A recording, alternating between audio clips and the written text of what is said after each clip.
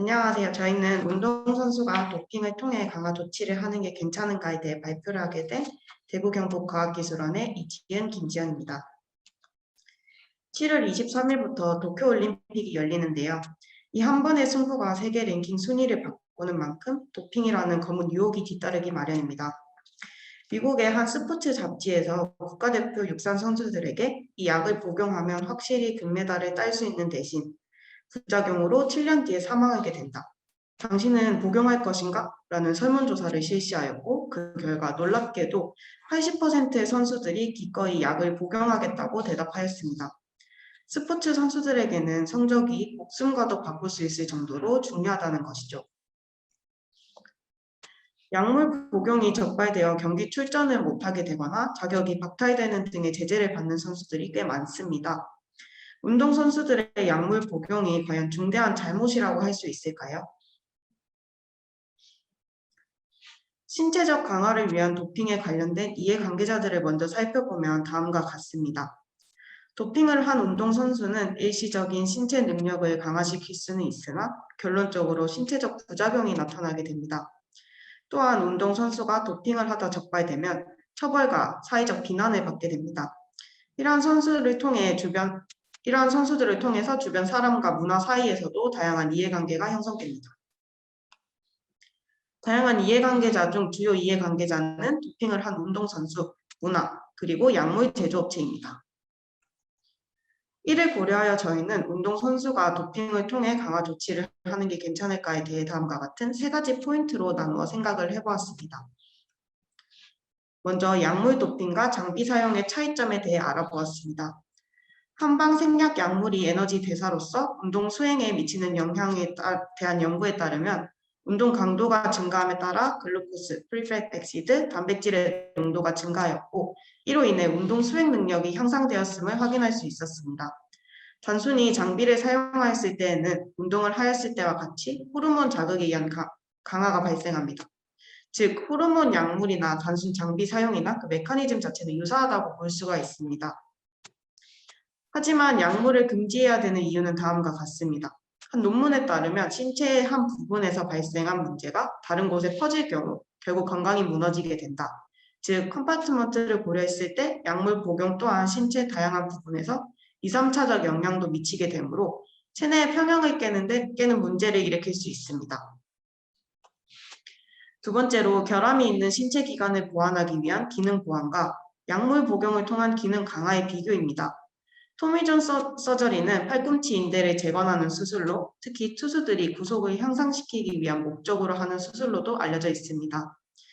이러한 수술들에 있어 기능 강화냐 보완이냐에 대한 논쟁들이 지속적으로 발생하며 이를 구분하기 위해서는 자연성과 인위성에 대한 구분이 필요합니다.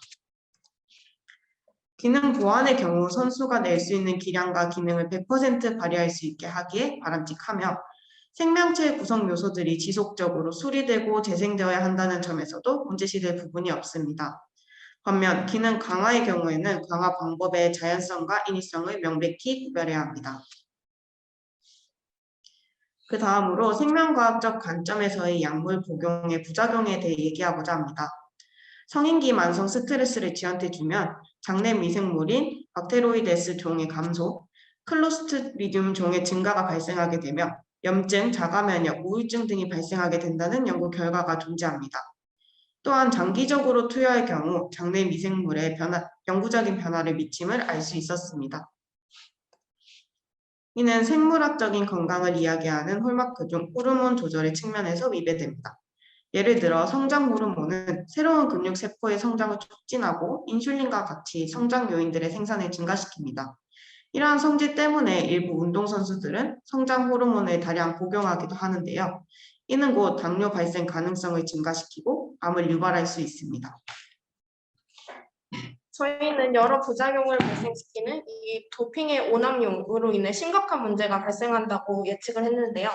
그 이유는 세 가지입니다. 첫째, 선수의 건강이 악화되어서 운동 능력의 약화와 관련 지출의 증가를 일으킬 수 있습니다.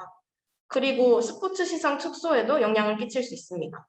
두 번째로는 다양한 도핑 방법으로 인해 부정적인 영향이 사회 전반에 나타날 수 있습니다.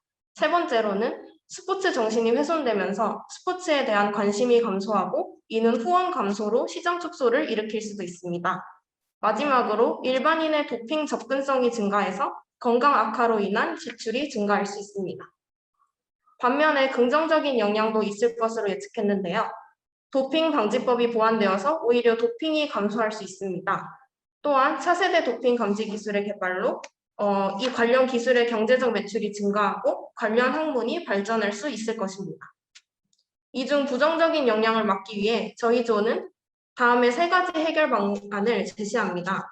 이는 약물 사용을 예방하는 방안, 약물 사용 금지 및 처벌에 대한 가이드라인, 유전자 도핑이나 장비 도핑에 대한 가이드라인으로 분류할 수 있습니다. 먼저 약물 사용을 예방할 수 있는 첫 번째 방법은 선수 정보를 전 세계 각국의 병원과 약국에 공유해서 신원 조회 시에 운동선수임을 알게 되면 금지 약물 구매를 제지하는 방법입니다. 또한 선수임을 알고도 금지 약물을 판매할 경우 이들에게 민사적으로 손해배상 청구를 하는 것 이외에도 형사적인 처벌 규정을 만들 필요가 있을 것입니다. 다음으로 약물 사용 금지 및 사용 시 처벌에 대한 방안인데요. 질병 치료와 관련된 경우에 약물을 사용할 수 있다는 치료 목적 사용 면책이 존재합니다. 이를 약물 사용에 있어 자연성이 보장된다면 허용을 하고 인위성을 띠더라도 기능 강화가 아닌 보완이라면 허용한다는 내용이 추가되어야 할 것입니다. 그리고 약물 사용 여부 확인을 위해 구체적인 가이드라인이 필요한데요. 그 방법으로 1차적으로 선수 생체 여건에 등록된 운동선수의 다음과 같은 변화를 수치적으로 파악을 한 후에 의혹이 있을 시에 도핑 검사를 진행해서 처벌 대상을 식별하는 방법을 제시하고 싶습니다. 마지막으로 유전자 도핑은 윤리적인 문제가 존재하고 선수들의 다양성을 훼손할 수 있는 여지가 가장 큰 방법이라고 판단을 했습니다. 따라서 어떤 경우에도 허용되지 않아야 합니다. 장비 도핑의 경우에는 현재는 장비 판매 기간과 관련된 제한만 존재합니다. 그러나 빈부격차로 인해서도 선수들 사이에 장비 구비 정도가 다를 수 있기 때문에 장비 성능의 맥시멈을 구체적으로 정해서 그 이하의 경우에만 허용해야 할 것입니다. 이제부터는 저희가 제시한 해결 방안에 대한 예상 결과를 말씀드리겠습니다. 생명과학적 관점에서 첫 번째는 다양성의 유지입니다. 스포츠맨십은 각 선수들이 개성 있는 자신의 기술을 가지고 선의의 경쟁을 하는 것을 의미합니다. 예를 들어서 같은 축구 선수더라도 메시는 왜소한 체격으로 드리블을 잘하는 반면에 호날두는 큰 키와 체격으로 점프력이 좋고 헤딩을 잘합니다.